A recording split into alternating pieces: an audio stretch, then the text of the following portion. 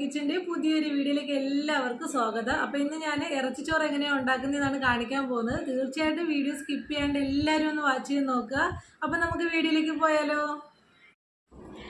അതിന് വേണ്ടിയിട്ട് ഞാൻ 1/2 കിലോ അളവിൽ ബീഫാണ് എടുത്തിട്ടുള്ളത്. നല്ലതുപോലെ വാഷ് ചെയ്തെടുത്ത് വെച്ചിട്ടുള്ളതാണ്. പിന്നെ നമുക്ക് അതിലേക്ക് ആവശ്യമുള്ളത് ഒരു ചെറിയ തക്കാളിയാണ്, അതിനെയും കട്ട് ചെയ്ത് വെച്ചിട്ടുണ്ട്. ഒരു മീഡിയം ടൈപ്പ് സവാളയും കട്ട് ചെയ്ത് വെച്ചിട്ടുണ്ട്. നമുക്കിതിലേക്ക് ഈ വെളുത്തുള്ളി ആവശ്യമായിട്ടുണ്ട്. ഞാൻ എടുത്തിരിക്കുന്ന വലുതായത് കൊണ്ടിട്ട് 8 എണ്ണം മാത്രമേ ഞാൻ എടുത്തിട്ടുള്ളൂ. പിന്നെ ഈ ഒരു അളവിൽ ഇഞ്ചി എടുത്തിട്ടുണ്ട്.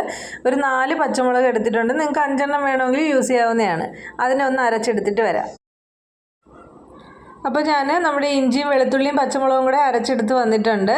ഇനി നമുക്കൊരു കുക്കർ വെച്ച് കൊടുക്കാം. കുക്കറിലാണ് ഞാൻ ഇറച്ചിച്ചോറ് ഉണ്ടാക്കാൻ പോകുന്നത്.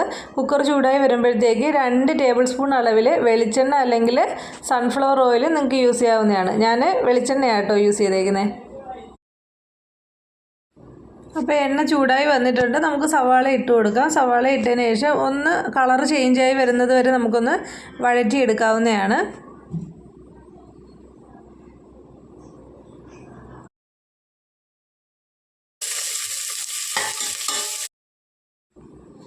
അപ്പോൾ നമുക്കിവിടെ സവാളയുടെ കളറെല്ലാം ചേഞ്ചായി വന്നിട്ടുണ്ട്. ഇനി നമ്മൾ നേരത്തെ എടുത്ത് വെച്ചിരിക്കുന്ന തക്കാളി ഈ സമയത്ത് ഇട്ട് കൊടുക്കാം.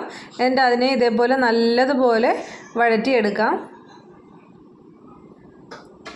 അപ്പോൾ ടൊമാറ്റോയും ഇവിടെ വഴറ്റി എടുത്തിട്ടുണ്ട്. പിന്നെ നമ്മൾ നേരത്തെ അരച്ച് വെച്ചിട്ടുണ്ടായിരുന്ന പച്ചമുളകും ഇഞ്ചിയും വെളുത്തുള്ളിയും മിക്സ് അതുണ്ടല്ലോ, അതും കൂടി ഇട്ടിട്ട് നല്ലതുപോലെ നമുക്കൊന്ന് വഴറ്റിയെടുക്കാം. അതിൻ്റെ പച്ച കുത്തലൊക്കെ ഒന്ന് മാറുന്നത് വരെ വഴറ്റിയെടുക്കണം. അപ്പോൾ നമ്മുടെ തക്കാളിയും ഇഞ്ചി വെളുത്തുള്ളി അരച്ച് വെച്ചിട്ടില്ലേ, അതെല്ലാം കൂടെ നമ്മൾ നല്ലതുപോലെ തന്നെ വഴറ്റി എടുത്തിട്ടുണ്ട്. ഇനി നമുക്കിതിലേക്ക് ആവശ്യത്തിന് പൊടി ഐറ്റംസ് ഇട്ട് കൊടുക്കാം. അപ്പോൾ ഈ സമയത്ത് ഫ്ലെയിം ലോ ആയിരിക്കാൻ പ്രത്യേകം ശ്രദ്ധിക്കുക. 2 ടീസ്പൂൺ അളവിൽ മല്ലിപ്പൊടി ഇട്ട് കൊടുത്തിട്ടുണ്ട്. ടേബിൾ സ്പൂൺ അല്ല, ടീസ്പൂണിലാണ്. ഇതൊരു 1/4 ടേബിൾ സ്പൂൺ അളവിൽ കാശ്മീരി ചില്ലി പൗഡർ ഇട്ട് കൊടുത്തിട്ടുണ്ട്. ഇനി നമ്മൾ ആവശ്യത്തിന് ഉപ്പും കൂടി ഇട്ട് കൊടുക്കുന്നുണ്ട്. 1 ടീസ്പൂൺ നിറയെ നമുക്ക് ഗരം മസാല പൗഡർ ഇട്ട് കൊടുക്കാം. ഗരം മസാല പൗഡറിന് പകരം നിങ്ങൾക്ക് വേണമെങ്കിൽ 1.25 ടീസ്പൂൺ അളവിൽ മീറ്റ് മസാല ഉണ്ടെങ്കിൽ അത് ഇട്ട് കൊടുത്താലും മതിയാകും. അതിനുശേഷം നമ്മൾ ഈ പൊടിയെല്ലാം കൂടെ നല്ലതുപോലെ തന്നെ സോർട്ട് ചെയ്തെടുക്കാം.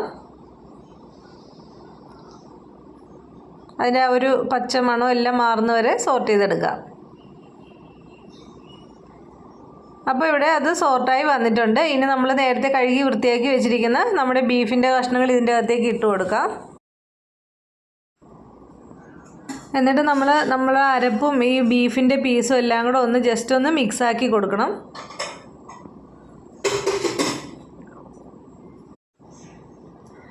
അപ്പോൾ ഇനി ഇതിലേക്ക് നമുക്ക് ആവശ്യത്തിന് വെള്ളം ഒഴിച്ചു കൊടുക്കാം. ഞാനിപ്പോൾ ഒരു 1/2 കപ്പ് അളവിലാണ് വെള്ളം ഒഴിച്ചു കൊടുക്കുന്നത്. അപ്പോൾ ഇനി നമുക്കിതിനെ വേവിച്ചെടുക്കാൻ വേണ്ടിയിട്ട് ഒന്ന് മൂടി വയ്ക്കാം. അപ്പോൾ ഹൈ ഫ്ലെയിമിലിട്ടിട്ട് ഒരു വിസിൽ വരുന്നത് വരെ, ആദ്യത്തെ ഒരു വിസിൽ ഹൈ ഫ്ലെയിമിലും ബാക്കി വിസിൽ നമ്മൾ ലോ ഫ്ലെയിമിലിട്ടിട്ട് വേണം ചെയ്യാനായിട്ട്. നിങ്ങൾ എടുക്കുന്ന ബീഫിനെ ഡിപ്പെൻഡ് ചെയ്തിരിക്കും എത്ര വിസിൽ വരണമെന്നുള്ളത്. അപ്പോൾ എനിക്ക് 5 വിസിലായപ്പോൾ തന്നെ ഓക്കെ ആയി കിട്ടിയിട്ടുണ്ട്. ഇനി നമുക്ക് ഇതിൻ്റെ അകത്തുനിന്ന് നമ്മുടെ ബീഫിൻ്റെ പീസെല്ലാം മാറ്റിയെടുക്കേണ്ടതായിട്ടുണ്ട്.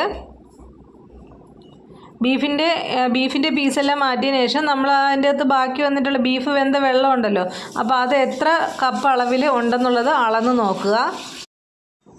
അതായത് ഞാനിപ്പോൾ എടുത്തിരിക്കുന്ന ഈ കപ്പിലാണ് ഞാൻ അരി അളന്നത്. ജീരകശാല അരിയാണ് ഞാൻ എടുത്തിട്ടുള്ളത്. അപ്പോൾ ഞാൻ ഈ ഇതിൽ 2 കപ്പ് അരി എടുത്തിട്ടുണ്ടായി. അതുകൊണ്ട് തന്നെ 2 കപ്പ് അരിക്ക് 3 കപ്പ് വെള്ളമാണ് നമുക്ക് ഇത് വേവിച്ചെടുക്കാൻ ആവശ്യമായിട്ടുള്ളത്. അപ്പോൾ നമ്മുടെ ബീഫിൻ്റെ വെള്ളം ബാക്കി വന്നത് എത്രയാണോ അത്രയും മാറ്റി വെച്ചതിന് ശേഷം ബാക്കി വെള്ളവും കൂടെ നമ്മൾ ഇതിൻ്റെ അകത്തേക്ക് ആഡ് ചെയ്ത് കൊടുത്താൽ മതി. ഇപ്പോൾ എനിക്കൊരു 1.25 കപ്പ് അളവിൽ ബീഫിൻ്റെ സ്റ്റോക്ക് ഉണ്ടായി. അപ്പോൾ അതിൻ്റെ കൂടെ ഞാനിപ്പോൾ 1.25 കപ്പ് വെള്ളവും കൂടെയാണ് ഒഴിച്ചു കൊടുത്തിരിക്കുന്നത്. 1 കപ്പ് അരിക്ക് 1.5 കപ്പ് വെള്ളമാണ്. അപ്പോൾ ഇപ്പോൾ ഞാൻ എടുത്തിരിക്കുന്നത് എങ്ങനെയാണെങ്കിലും 2 കപ്പ് അരിക്ക് നമുക്ക് 3 കപ്പ് വെള്ളമാണ് വേണ്ടുന്നത്. അപ്പോൾ ഞാനിപ്പോൾ ആവശ്യത്തിന് വെള്ളമെല്ലാം ഒഴിച്ചിട്ടുണ്ട്. ഇനി നമുക്ക് ഉപ്പ് നോക്കിയിട്ട് ഉപ്പ് ആഡ് ചെയ്ത് കൊടുക്കേണ്ടതായിട്ടുണ്ട്. നമ്മുടെ വെള്ളത്തിന് അത്യാവശ്യം ഉപ്പിൻ്റെ ഇതുണ്ടെങ്കിൽ മാത്രമേ നമ്മുടെ ചോറിനും ആ ഉപ്പ് രസം കിട്ടുള്ളൂ. അപ്പോൾ അത് ശ്രദ്ധിച്ചിട്ട് അത് നോക്കിയിട്ട് ഉപ്പ് ആഡ് ചെയ്ത് കൊടുക്കുക. അപ്പോൾ നമ്മുടെ വെള്ളം നല്ലതുപോലെ തിളച്ച് വന്നിട്ടുണ്ട്. നമുക്കിതിൻ്റെ അകത്തേക്ക് അരി ഇട്ട് കൊടുക്കാം. അരി ഞാൻ നല്ലതുപോലെ വാഷ് ചെയ്തതിന് ശേഷം 20 മിനിറ്റ് നേരം വെള്ളത്തിൽ കുതിർത്ത് വെച്ചിട്ട് ആ വെള്ളം എല്ലാം മാറ്റിയതിന് ശേഷം എടുത്തിട്ടുള്ള അരിയാണ്. അത് ഇതിൻ്റെ അകത്തേക്ക് നമുക്ക് ഇട്ട് കൊടുക്കാവുന്നതാണ്. ഇനി നമ്മൾ ഇതിൻ്റെ അകത്തേക്ക് ഒരു അരക്കപ്പ് അളവിൽ മല്ലിയില ഇട്ട് കൊടുക്കാവുന്നതാണ്. അപ്പോൾ മല്ലിയിലയുടെയും നമ്മൾ നേരത്തെ അരച്ച ഇഞ്ചി വെളുത്തുള്ളി പച്ചമുളക് പേസ്റ്റ് ഇല്ലേ അതിൻ്റെ എല്ലാം കൂടെ ടേസ്റ്റ് ആകുമ്പോൾ ഈ ചോറിന് ഭയങ്കര ടേസ്റ്റാണ്. അപ്പോൾ നമ്മുടെ ബീഫ് മാറ്റി വെച്ചിട്ടുണ്ടായല്ലോ, അതും കൂടെ ഞാനിപ്പോൾ ഇട്ട് കൊടുത്തിട്ടുണ്ട്. അപ്പോൾ ഇനി ജസ്റ്റ് ഇതിനൊന്നിങ്ങനെ ലെവൽ ചെയ്ത് കൊടുത്തതിന് ശേഷം നമുക്ക് മൂടി വെച്ച് വേവിക്കാം. അപ്പോൾ നമ്മൾ ഒറ്റ വിസിൽ, ഹൈ ഫ്ലെയിമിൽ ഒറ്റ വിസിൽ വരുമ്പം തന്നെ നമുക്ക് സ്റ്റൗ ഓഫ് ചെയ്ത് കൊടുക്കാവുന്നതാണ്. അതിനുശേഷം ഒരു 10-12 മിനിറ്റ് വരെ ഇത് മൂടി തുറക്കാണ്ട് തന്നെ അങ്ങനെ തന്നെ വെക്കുക. അതിനുശേഷം ഓപ്പൺ ചെയ്ത് നോക്കുക. അപ്പോൾ ദേ നമ്മുടെ ഇറച്ചിച്ചോറ് ഇവിടെ റെഡി ആയിട്ടുണ്ട്. അപ്പം ഭയങ്കരമായിട്ട് ഇങ്ങനെ കുത്തി ഇളക്കി കൊടുക്കാൻ പാടില്ല, സാവകാശക്കാര്യം നല്ല ചൂടാണല്ലോ, അപ്പോൾ അത് കുഴഞ്ഞു പോകാത്ത രീതിയിൽ വേണം മിക്സാക്കി എടുക്കാനായിട്ട്. നിങ്ങൾക്ക് വേണമെങ്കിൽ വേറൊരു പാത്രത്തിലേക്ക് മാറ്റിയിട്ട് ഇങ്ങനെ ഒന്ന് മിക്സ് ചെയ്ത് കൊടുത്താലും മതിയാകും. അപ്പോൾ അടുത്ത സൺഡേ നിങ്ങളെല്ലാവരും ഈ ഇറച്ചിച്ചോറൊന്ന് ട്രൈ ചെയ്ത് നോക്കുക. തീർച്ചയായിട്ടും എല്ലാവർക്കും ഇഷ്ടമാകും. അപ്പോൾ ഇഷ്ടമായാൽ മറക്കാതെ എൻ്റെ വീഡിയോ ഒന്ന് ലൈക്ക് ചെയ്തേക്കുക, ഷെയർ ചെയ്യുക, സബ്സ്ക്രൈബ് ചെയ്തതിന് ശേഷം ഓൾ എന്ന് പറയുന്ന ബട്ടണും കൂടെ ഒന്ന് പ്രസ് ചെയ്തേക്കുക. അപ്പോൾ നമ്മുടെ അരി ഇതേ ഇവിടെ കുഴഞ്ഞൊന്നും പോയിട്ടില്ല, നല്ല അടിപൊളിയായിട്ട് തന്നെ കിട്ടിയിട്ടുണ്ട്. അപ്പോൾ വീഡിയോ എല്ലാവർക്കും ഇഷ്ടമായെന്ന് വിചാരിക്കുന്നു. ചൂടോടുകൂടി തന്നെ ഇത് സെർവ് ചെയ്ത് കൊടുക്കുക. അപ്പോൾ നമ്മുടെ ഇന്നത്തെ വീഡിയോ ഇത്രയേ ഉള്ളൂ. Thank you.